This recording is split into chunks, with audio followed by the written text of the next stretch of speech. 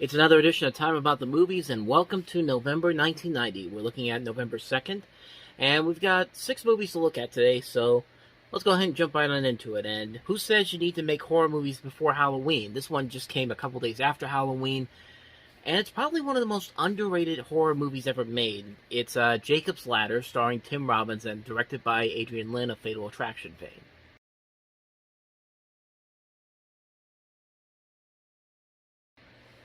Yeah, this is a very underrated movie. I mean, when it came out, it was a hit on its opening weekend. It actually opened at #1 at the box office, but it quickly dropped at the box office, and it barely made back its budget of $25 million at 26.1 million. But I don't care, man. This is a fantastic movie.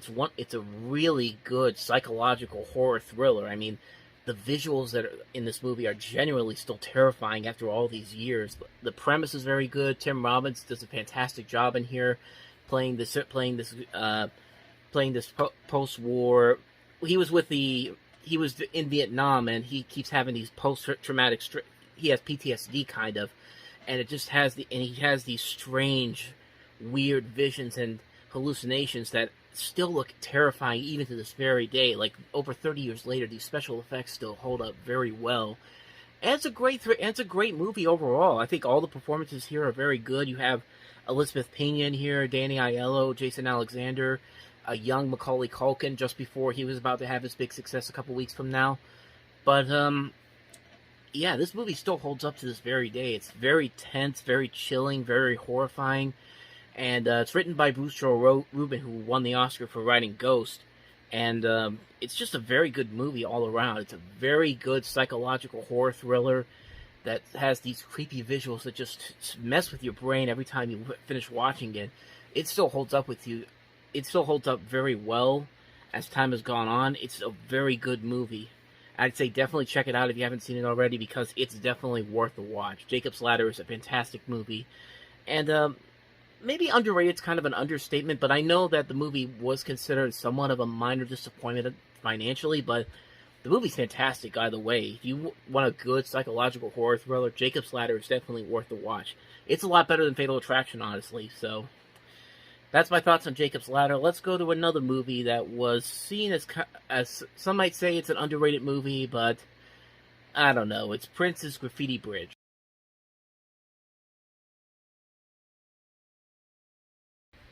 Yeah, just more proof that Purple Rain was that once-in-a-generation, lightning in a bottle type of moment. Because when that came out in '84, that was like a monster success. It was like a global phenomenon. And every movie since then, Under the Cherry Moon and then Graffiti Bridge, just didn't work out really well. And you can see why in this movie. I mean, maybe there could have been something here, but it's just not written well. Like, it doesn't really have that staying power that Purple Rain does. So Purple Rain still holds up very much to this day, and maybe there are some Prince fans that still like the movies he did afterwards, but for me personally, it just didn't work. It's like this and Under the Cherry Moon really didn't work all that well, because I felt like they were trying too hard to copy the success of Purple Rain instead of trying something new, trying something different. And this is supposed to be a standalone sequel to Purple Rain, but I really couldn't tell the difference. I mean, honestly, this movie really, it's one of those ambitious failures where it's trying really hard, but it just doesn't know how to make it stand out alone. I mean, it tries way too hard to be the next Purple Rain, and it doesn't work all that well.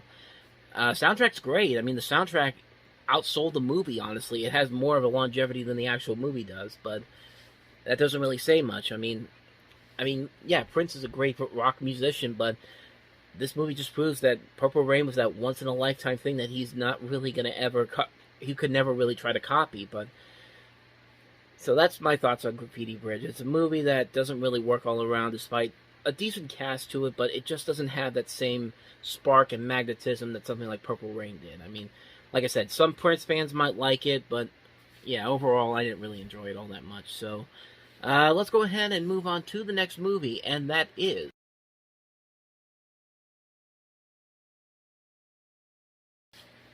Waiting for the Light, which stars Shirley MacLaine, Terry Gard, also has Clancy Brown, and Vincent Schiavelli. But, I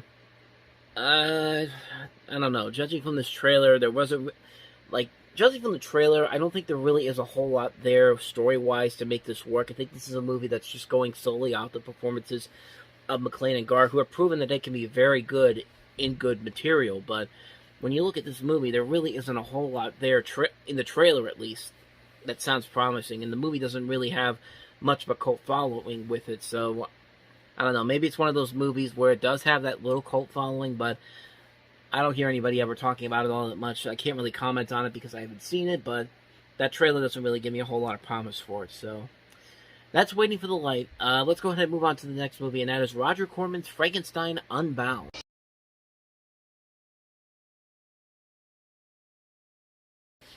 Well, I'll give Roger Corman this. This is a much bigger budgeted movie than I'm used to seeing from him, and from the looks of the trailer, it definitely looks like he's going for more of a standard movie, of a standard bigger budgeted movie, because you've got a really good cast here: John Hurt, Raul Julia, Bridget Fonda, Jason Patric, Michael Hutchinson from InXS, and you have a cool concept here, doing a futuristic version of Frankenstein.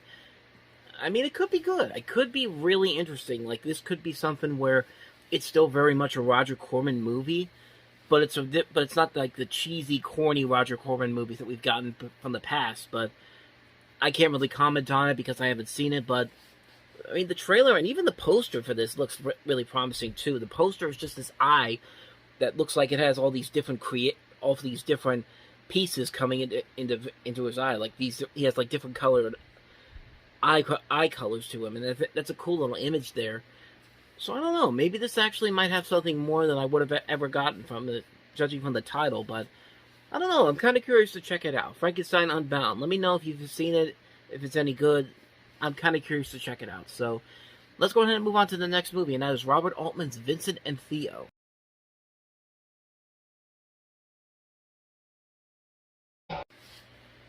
Vincent and Theo was actually shot as a 4-hour miniseries, which is actually 200 minutes in length. But they actually released a version of it that's only about a little over 2 hours and 28 minutes. I take that back, 2 hours and 18 minutes. 138 minutes is 2 hours and 18 minutes. But either way you look at it, this is a pretty good movie. I mean, Tim Roth and Paul Rees, Paul R-H-Y-S. I'm just reading it from here, and for some reason I keep thinking it's either Rice or Reese, but I think it's Paul Rice.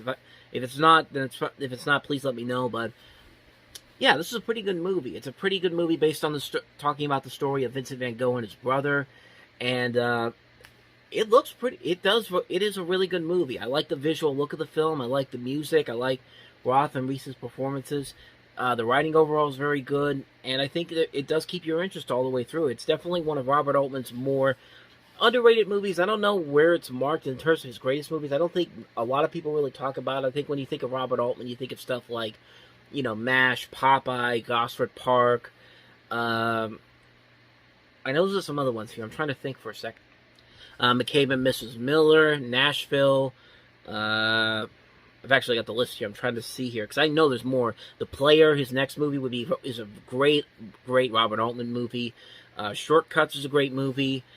He's got a lot of great movies to his name to it. Even did Tanner 88, the miniseries where they had during the 1988 presidential election, they had a candidate played by Michael Murphy running for president along with Ronald Reagan and George Bush. George Bush and Dukakis. I'm getting all tangled up here, but yeah, like I said, Vincent and Theo, it's a very good movie. It's definitely one of his more underrated films as a director. If you haven't seen it, definitely check it out. I'd say it's definitely worth it if you want to see some of the best of Robert Altman's work. So that's Vincent and Theo. Let's go ahead and move on to the last movie, and that is C'est La Vie. Heavenly shades of night are falling. It's twilight.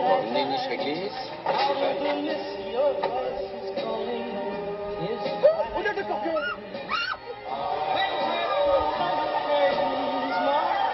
End of day, I'll hear you, my dear, at twilight time.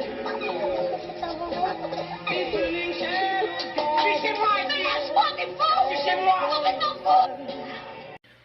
C'est La Vie is, of course, a French phrase for that's life. But it's interesting that this has a different title in French. It's called La Boule des Pins. And I can't really comment on this because I haven't seen the movie, but it was hard to find footage for this actually, so I just took a little bit from the trailer there. I mean, it does look like your typical French drama, but could be a good French drama. I mean, I haven't heard too many good things about. I haven't heard too much about it, I should say. But I mean, yeah, it could be good, but like I said, I haven't heard too much about it, so I can't really comment on it. But wanted to talk about it because it came out this weekend. So, c'est la vie. So with that said, we're going to wrap up another edition of Time About the Movies. Next time around, we'll have 4 movies to look at, including the horror sequel Child's Play 2. We also have The Craze. We have this year's Oscar winner for Best Picture, and that would be Kevin Costner's Dances with Wolves. And we also have the return of Superfly. So we'll look at all 4 of those movies next time around. Thank you guys for watching, and as always, if you want to see more videos like this, check out the playlist on the next page, check out the previous episode, and I'll see you guys tomorrow for another new episode. So thank you for watching. I'll see you guys tomorrow, and until then, take care.